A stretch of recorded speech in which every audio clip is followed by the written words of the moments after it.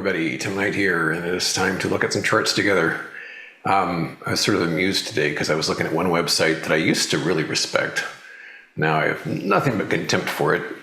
It rhymes with Hero's Edge. I won't tell you the name of the site, but there were two posts they did, both of them premium posts.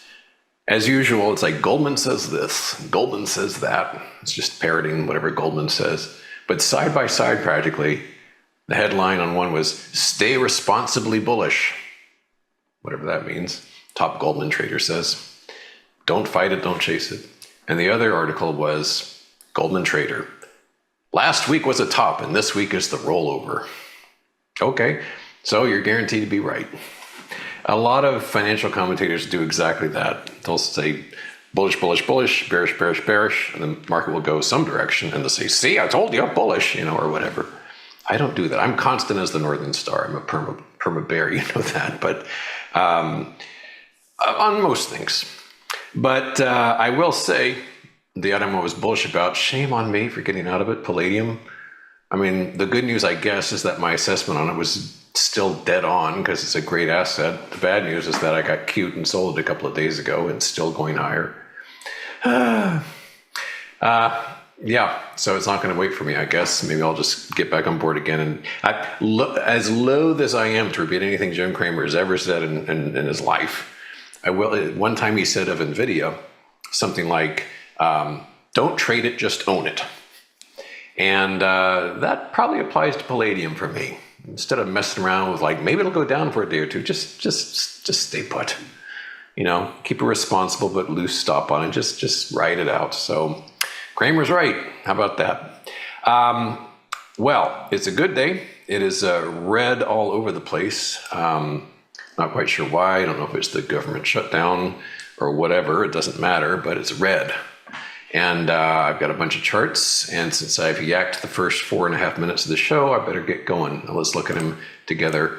And we'll start as we always do with a spider. And I noticed something yesterday, which was that we have cracked the trend line. And it sort of only dawned on me after the close yesterday that ever so slightly on some items, like the spider, we have cracked this trend line. That's pretty cool. So it makes a certain amount of sense that we're falling today.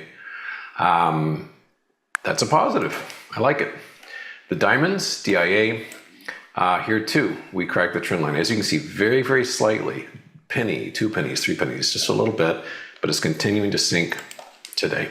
And the next goal, we've only got 1 day left this week, but see if we can get below this dashed blue line. See if we can negate that breakout.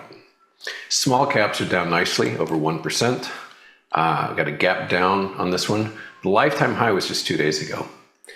The highest price, the most overvalued market in the history of the Milky Way galaxy was 2 days ago. And so we slipped yesterday and today, and we've got a gap to play with now. And the cubes are down, but not as much, about 0.5%. And we have sunk 3 days in a row on this after peaking just earlier this week, I guess on Monday. So all kinds of good things happening. Over in crypto land, continuing to wither away without the endless support of Washington, D.C. and whatever shenanigans are going on there. The peak remains here at about $125,000. We're a full $15,000 below that peak. And, it'll just keep sinking unless they come up with like Trump Coin 2 or something like that, or if they require everybody to buy them. Who knows? But alongside this strategy, although the micro will come back, I'm sure, one day. So strategy is down, and this doesn't seem like a big deal from this distance, is down 43% from its peak. For whatever reason, people bid this thing up to the tippity top here, $543. And it's down about 43%. And remember, this is basically at the mercy of Bitcoin. And so, Saylor's thesis is this is going to go to $1 million a coin, et cetera, et cetera. But yeah, 43% negative from the peak. Not so good. What else is cooking? Well, precious metals. Gold GLD is up. We've basically undone most of yesterday's drop. I went ahead and got out of dust. I took my profits on that. I'll probably regret that as much as getting out of palladium too, but I think that seeing palladium push another 40 bucks higher reminded me that precious metals have a long way to go. And I'm glad to have made profits on the minor short. I got out of GDX first thing this morning and dust a little bit after that. So profitable in both cases, good profits. Might get better, but I won't be there to participate because I'm too scared of precious metals. So GLD strong, silver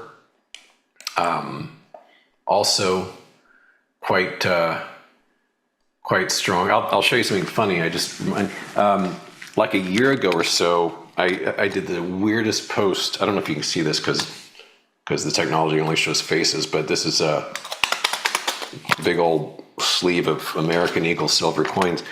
And I did a post saying this is the simplest investment idea. Go to Costco and buy as many as they'll let you. That turned out to be pretty good advice because they were selling for like 30 bucks a coin not that long ago, and I think they're going for 45 now. But it's nice to hold it in your hands, right? Unlike, say, a Melania coin, for example. But yeah, that's silver having another good day. Palladium, PALL, is up. And it's a great chart. And like I said, I think it's going to do really well in the future. So yeah, yay, palladium. What else? And platinum, I don't trade platinum myself, but it's doing great too, as you can see. Yeah, they're, gold's been at lifetime highs and such. Platinum, palladium are having to play catch up, but they're both really comporting themselves quite well. I wasn't in this, but it's nice to see a plungeroonie happen on Carmax. Big hit on this one. I guess earnings disappointment, but that's down about 20% on KMX. But I am in some other stuff, so let's just thumb through a few goodies here. Oracle down again, well over 5%, and that's cool. And we have broken below this level here, so I'm liking what I see there. Caterpillar, this is a new one. Caterpillar's been exceptionally strong, but let's give it a shot. It's way up there, so this is a new one for me. CC, one day I'm going to pronounce the name, so I stop using the symbol, but down again, just continues to do beautifully off that gorgeous, massive rounded half-decade wide top.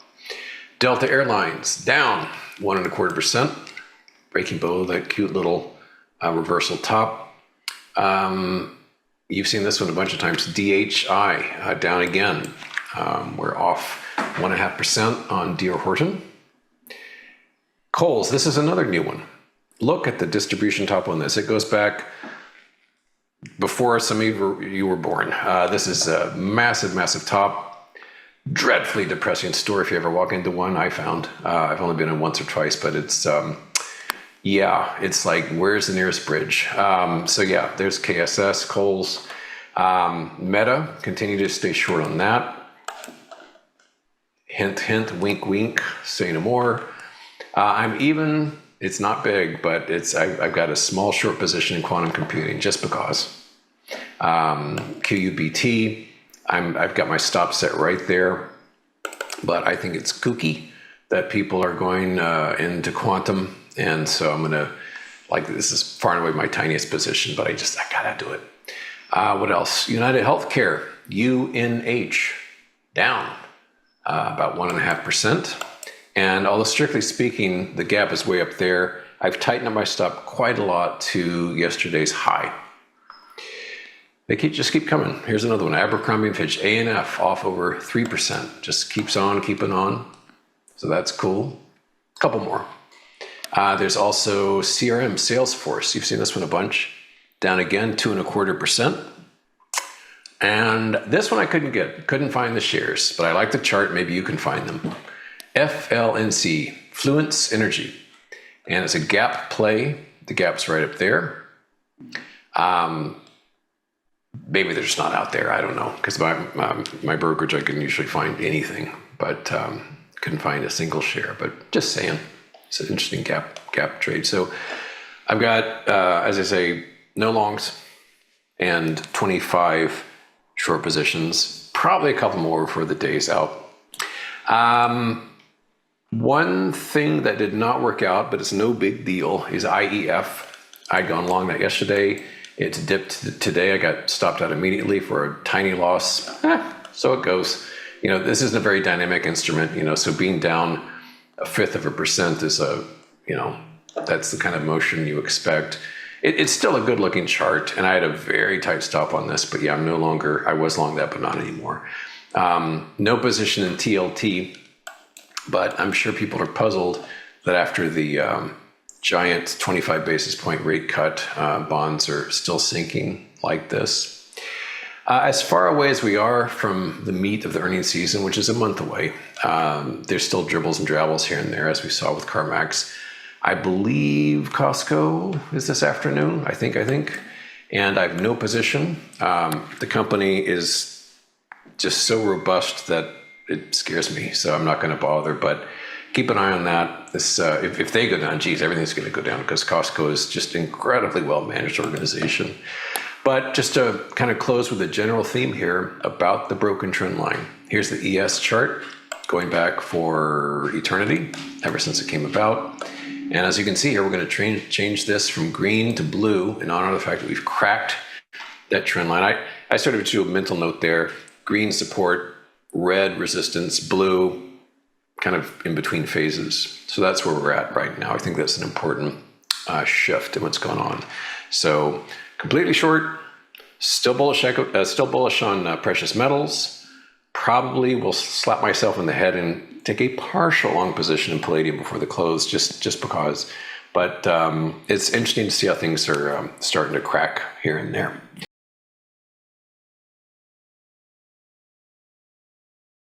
If you're not subscribed, subscribe right here. And if you want to meet me and the team in person at our next live event, hit the link at the top of the description.